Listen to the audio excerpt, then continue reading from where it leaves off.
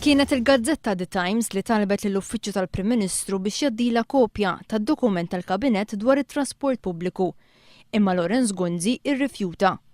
It-talba minn The Times saret wara li d-dokument tal-Gvern għadda fidejn il-Partit Nazzjonalista, mis-Segretarju Ġenerali Pawlu Borċ Olivier ixandar partijiet minnu waqt programm televiżiv.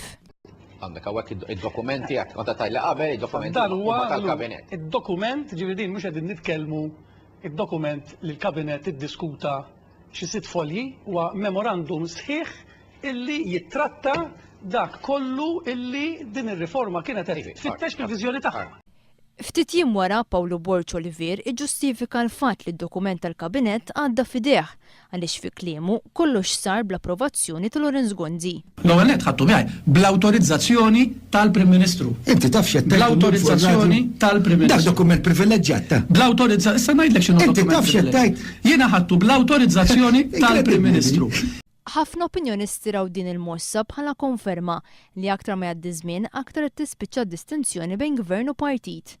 U issa sar magħruf ukoll li Michele Lorenz Gonzi ma djaqxejn jgħaddi dokument tal-Gvern il-Partit Nazzjonalista u ma jridx li d-dokument dwar ir-riforma fit-trasport isir pubbliku għall-iskrutinju tan-nies.